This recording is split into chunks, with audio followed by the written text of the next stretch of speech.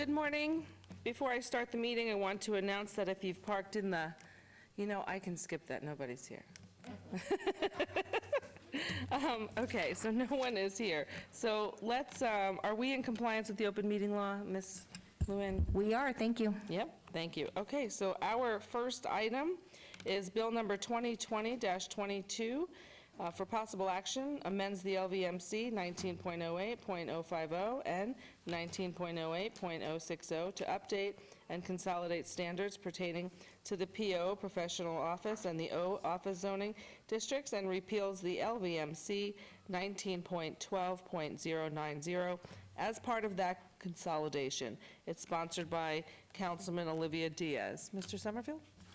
Madam Chair, members of the committee, on this bill, this is a minor change to the PO and the office zoning districts. This change will allow no more than 2 vehicles that are used in conjunction with the operation of the licensed business to park those vehicles overnight. These are not big trucks. These are essentially passenger vehicles or a pickup truck that would be allowed to do that. Any additional vehicles would have to be approved via special use permit.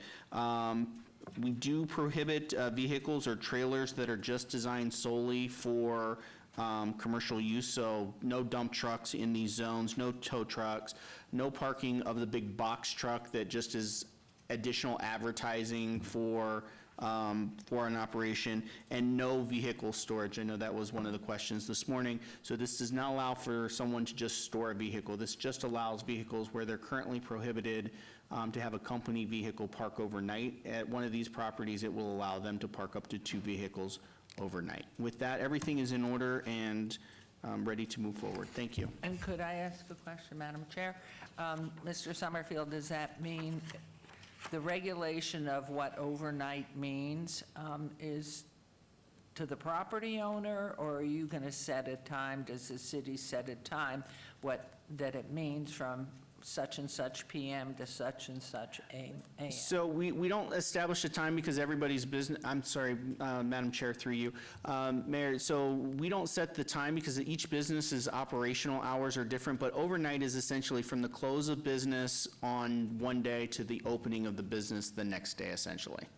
So, yeah, so if they're closed on Sunday, we're going to treat that as overnight if they park the vehicle Saturday at the close of business and don't move it again until Monday morning after they've reopened. Okay, thank you, Madam Mayor. And with that, do I have a motion? I would move to approve. Did we do a public hearing?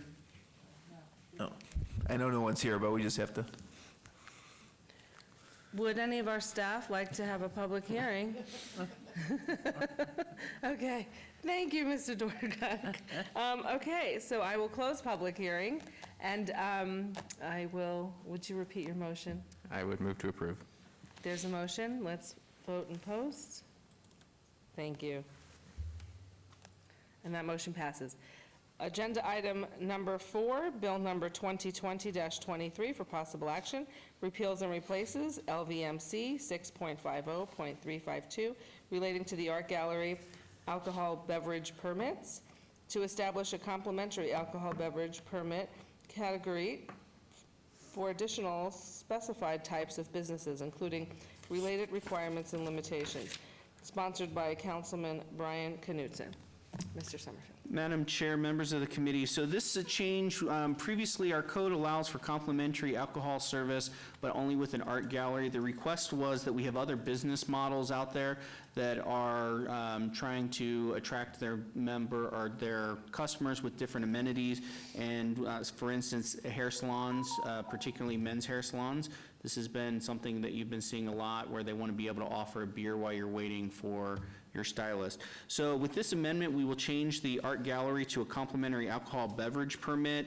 We will allow within cosmetology establishments or barbershops, a professional business or an art gallery, the ability to, or a bridal shop or a suit shop, the ability to offer a complimentary beer. That means there's no fee that can be charged directly for the alcohol service. It is limited to no more than 2 complimentary beverages per customer at the establishment in any 24-hour period.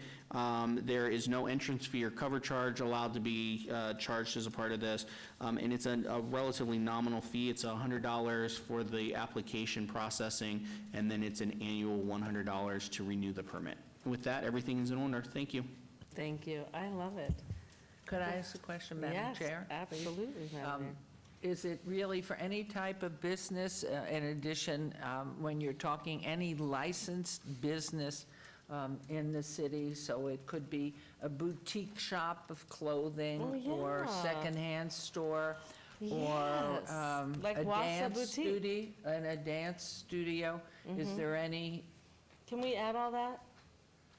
or take, rather than get specific, I mean, I'm sure there's standards, because Yeah. no school-age children, Right. all that, and I see Mr. Dorcax weighing in already. From down here, you look like President Lincoln with your beard. That's what I'm going for, thank you. So, Mayor, on page 10 of the bill, I do have, there's 6 called-out license types. I think we would describe it, Director Summerfield, and I'm going to defer to him on if he thinks expansion of the list would be doable. Currently, it's art galleries in conjunction with sale of art, cosmetology, barber shop, professional business, bridal shop, and suit shop. Those are the businesses that can get the new complimentary permit if this bill passes. So to your question, I'll defer to Director Summerfield on if he thinks expansion is doable. So, Madam Chair, through you, so I don't believe we need to itemize out each one. I think it's pretty clear the intent of, with these listed ones. For instance, a suit shop actually is the same license as the vintage shop or any other kind of boutique that sells clothes that would Oh, want to great. take advantage of this. So the language doesn't Pawn need to be shop? that, yes, it doesn't need to be that specific for us. If someone comes in for this permit and they meet basically the analogous activities that are itemized out here, then they're going to be eligible to get the permit.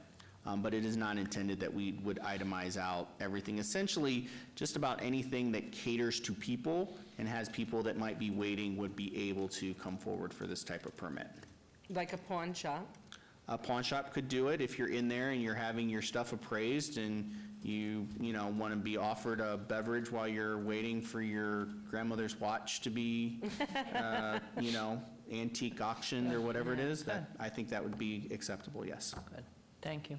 Thank you. I love it. I love it. Okay, this is a public hearing. Would our staff members like to talk about how fabulous this is? No? Mr. City Attorney, did you mention the correction that we needed to make on this? Thank you. Yeah, Chair, through you, the City Attorney's Office, we do have one typographical error we need to correct, and it's going to be the First Amendment when a motion's made. Page 11, line 18, subparagraph 1, under any permit issued pursuant to this section, the permittee may not sell any alcoholic beverage either directly or indirectly. That's what it should say. It currently says indirectly or indirectly. It should say directly or indirectly, meaning, as Director Summerfield laid out, you don't get to charge for the complimentary alcohol that you give out in conjunction with your main business. Thank you so much. Okay, I'm going to close public hearing, and do I have a motion? Wait. Councilwoman, I have one comment from the public. Oh, okay. It's from John Coran on this item. It says, "I'm writing to express my support for Bill number 2020-23 to establish a complimentary alcoholic beverage permit for certain business types. We have multiple small business tenants who would benefit from such a permit. We just completed construction on our upscale barbershop in the Huntridge Retail Center downtown, for example, and our operator would like to offer his customers a beer as part of their barbershop experience. Currently, the only way for him to do so legally is by getting a $7,500 beer/wine room license, which also includes almost $1,000 in annual fees. This is cost prohibitive, and you're giving the beer away, obviously. This will be an attractive permit for tailors, bridal shops, and professional organizations as well. Thank you, John Coran, Senior Vice President of Development for Dapper Companies." Thank you. Okay. I'll close public hearing, and do I have a motion? Madam Chair, I believe every ordinance I've introduced relates to alcohol in some form or fashion, and so I am very happy to move for approval First Amendment. with the amendment as stated. Thank you. There's a motion. Please vote and post. And that motion passes. How fun. Okay, citizen participation. Seeing none, we'll close citizen participation, and we are adjourned.